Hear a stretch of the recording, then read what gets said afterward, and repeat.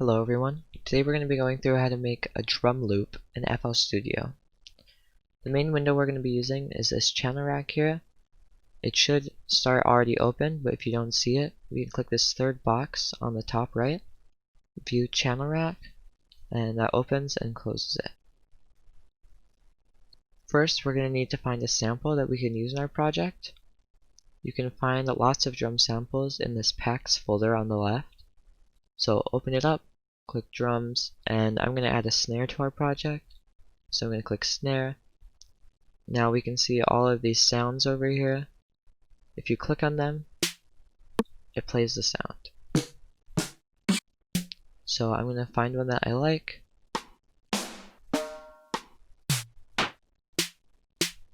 That one sounds pretty nice. So I'm going to click and drag it over into our project, and I'm going to replace our sampler with it. Now when I click play, you're not going to hear anything because we haven't assigned any rhythms to it. We assign rhythms in these little boxes over here. Each set of 4 boxes is 1 beat. So if we click at the beginning of each set of 4, that's going to play once every beat. So I'm going to rewind over here and click play. So now we have a snare drum hitting on every beat. We can make the rhythm more complex by adding more boxes. So now it's hitting twice a beat. Right click is to remove boxes, so we can right click on the ones we don't want, and maybe let's just add some random ones in there. I'm going to rewind again and click play. Maybe change this one.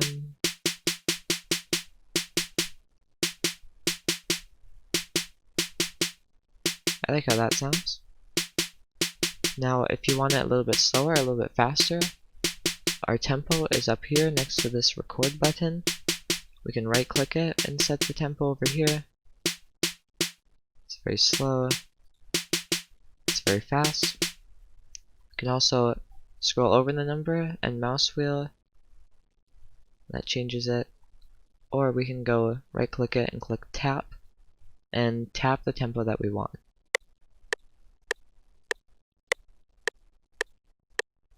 Then click X, click play, and that's the tempo I clicked out. So I'm going to make it a little bit faster here. So maybe 130. That sounds pretty good. Next, I'm going to add a new instrument. So I'm going to close the snares panel. Let's open up hats.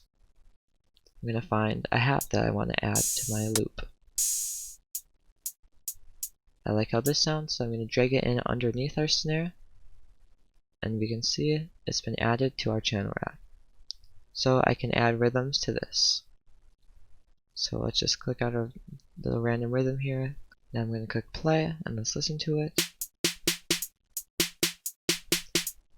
Now that hat is a little bit quiet, so we can change the volume with these knobs over here. So we can see scrolling over it in the top left here, it says channel volume. This one is channel panning. So panning is what ear it's going to go to. So we can mostly bring it to the left ear, or mostly bring it to the right ear or right speaker. If I want to recenter it, I can right click on it and click reset. But I want this snare a little bit quieter. So I'm going to click on it, drag it to the left a little bit, and now let's listen to it. So that sounds quite a bit more balanced, and then maybe turn it up a little bit. There we go. Now you might notice that this loop is pretty short. It's only a second or two long before it repeats again. If you want it to be longer, that's what these gray boxes are for. So if we click on one of these grayed out boxes, it'll actually add another bar. So we can do whatever we want in this bar. And now when we click play, you can see it's 2 bars long.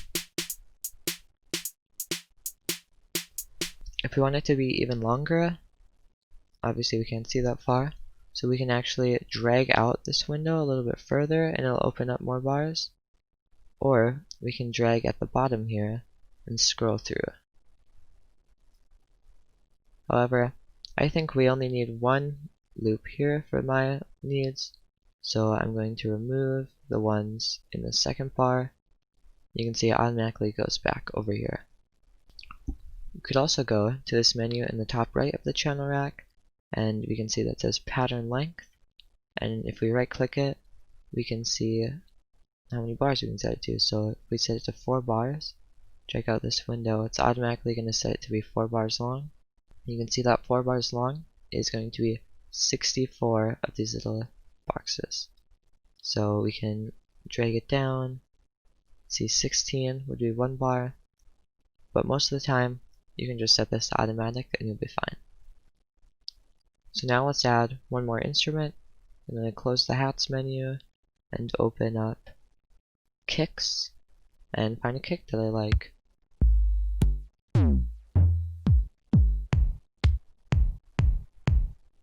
I like the way this kick sounds, so I'm going to drag it underneath my hat. Now we're starting to get a lot of instruments in our channel rack, so if we want to distinguish them a little bit more, we can right click on them, rename color and icon. So maybe I can rename this one to snare, click on this gray box over here, and then we can choose the color of it.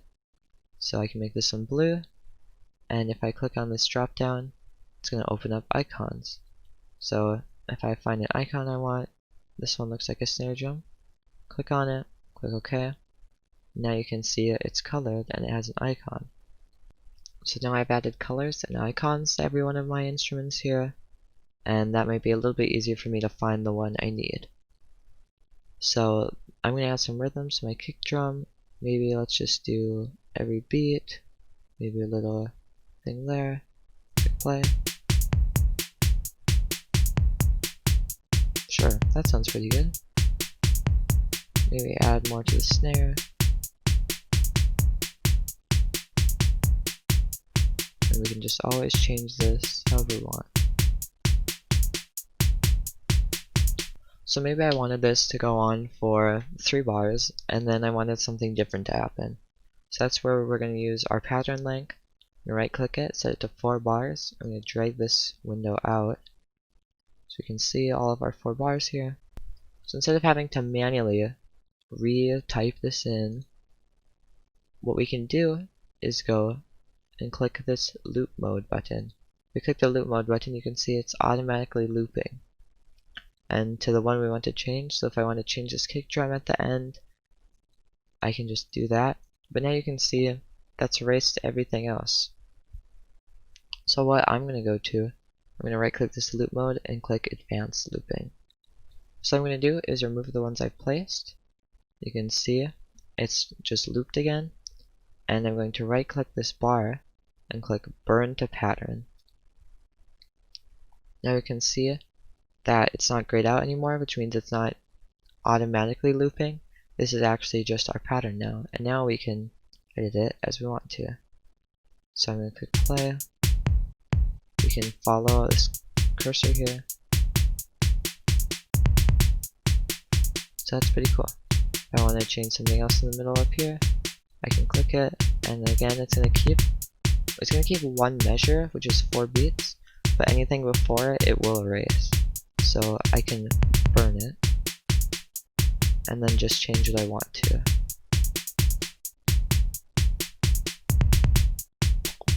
Now I've added another instrument to my loop, and I'm going to show you some extra things that might make your life easier.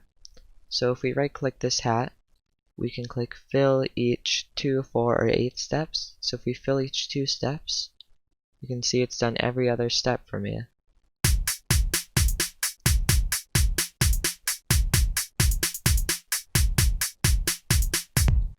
I can also do fill each 4 steps, just going to do every beat, or fill each 8 steps, we're just going to do every other beat.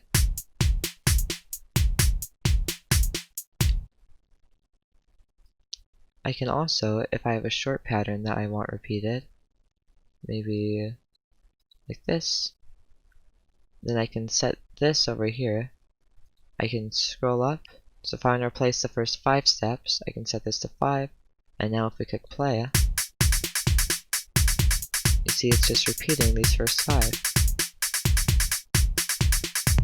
If I set this to 6, that looks like every other. 7, the first 7, and we can do this however many we want.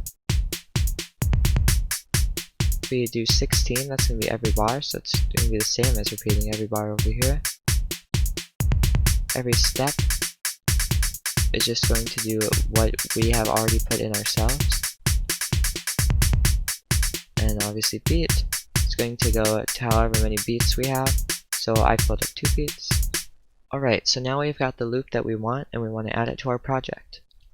So we're going to open up this view playlist button. It's going to open up this playlist. I'm going to expand it here, and pattern 1 is what we've been working on. You can see it up here, and I'm just going to drag it into track 1, bring it to the left, and if we switch this play to play a song and play it, you can see it's playing it. Now we can go over here, again scroll, now we're in pattern 2. If we listen to pattern, nothing's playing in pattern 2. I can open up something, play a little something there, have that be in pattern 2, open up our playlist, and after pattern 1 plays, I'm holding control and zooming out. Now we can put pattern 2 after it maybe, and if we click song and click over here, we can see it automatically switches.